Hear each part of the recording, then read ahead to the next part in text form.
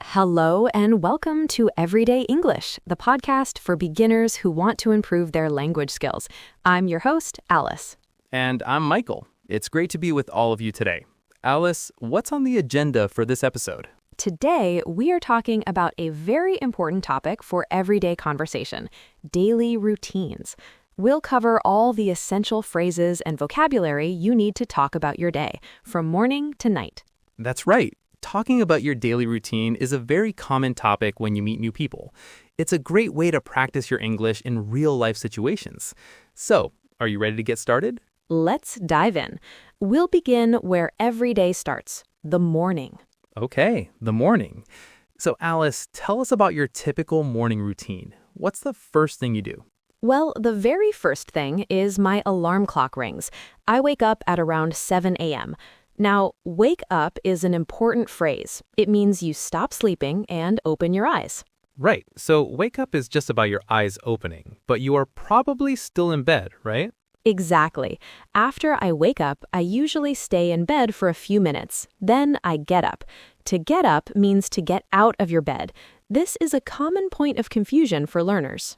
That's a great explanation. So first you wake up, then you get up. But what if you don't want to get up? Some people, maybe me included, like to hit the snooze button. Yes, the snooze button. That's the button on your alarm clock that stops the alarm for a few minutes so you can sleep a little longer. If you hit the snooze button, it means you press it. I try not to do that. Me too, but it's difficult sometimes.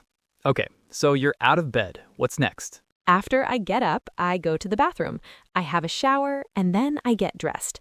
To have a shower or take a shower are both correct, and get dressed means to put your clothes on. What about other bathroom activities, Alice? For instance, I have to shave every morning. Of course. I go downstairs and I have breakfast. I usually have toast and a cup of coffee.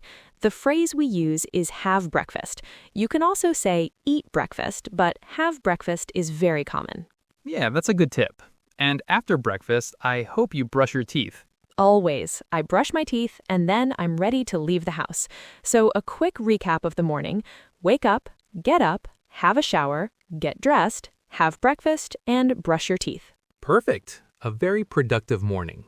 Now that we're ready for the day, let's talk about what happens next, the work or study part of the day. How do you get to work, Alice? I commute to work by bus. The word commute means to travel from your home to your workplace. You can commute by bus, by train, by car, or even by bicycle. Right. My commute is very easy. I work from home. But when I go to the office, I commute by car. So after your commute, you arrive at work. Yes, I start work at 9 a.m. The first thing I usually do is check my emails and plan my day. What about you, Michael? Pretty much the same. I start work, check emails, and then have a few meetings. After a few hours of work, it's time for lunch. Just like breakfast, we usually say have lunch. I have lunch at about 1 p.m. I usually bring a sandwich from home. That's very organized. Sometimes I go out to grab a bite. Grab a bite is an informal way to say get something to eat quickly. That's a great informal phrase.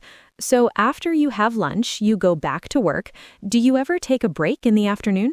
Yes, it's important to take a break. Around 3 p.m., I usually take a short coffee break. It helps me to refocus. Then I work for another couple of hours. That makes sense. And then, finally, the best part of the workday arrives. Which is? You finish work. I finish work at 5 p.m. And after I finish work, I head home. Head home is a nice, natural way of saying go home. Head home. I like that. So let's review the workday phrases. Commute to work, start work, check emails, have lunch, take a break, finish work, and head home. Exactly. And now we are heading home. Let's talk about the final part of the day, the evening. Yes, time to relax. So you get home after your commute. What's the first thing you do when you get home, Alice? The first thing I do is change into some comfortable clothes. Then I start to make dinner. We use the verb make with dinner, breakfast and lunch. Make dinner. That's a good point. Make dinner. I'm not a very good cook, so sometimes I order a takeaway. A takeaway is food you order from a restaurant to eat at home. In American English, they often say takeout. Ordering a takeaway is always a nice treat. So after we make or order food, we have dinner. I usually have dinner with my family around 7 p.m. After dinner, there's always one job I don't like: doing the dishes. You can say do the dishes or wash the dishes. I know, right? But it has to be done. So the kitchen is clean. Now it's finally time to relax. How do you relax in the evening, Michael? I like to watch TV or a movie on Netflix. Sometimes I listen to music or a podcast like this one. Good choice. I prefer to read a book. It helps me to wind down. Wind down is a phrasal verb that means to relax after doing something stressful or busy. Wind down. I like that. So after relaxing and winding down, it's time for the final part of the day. That's right.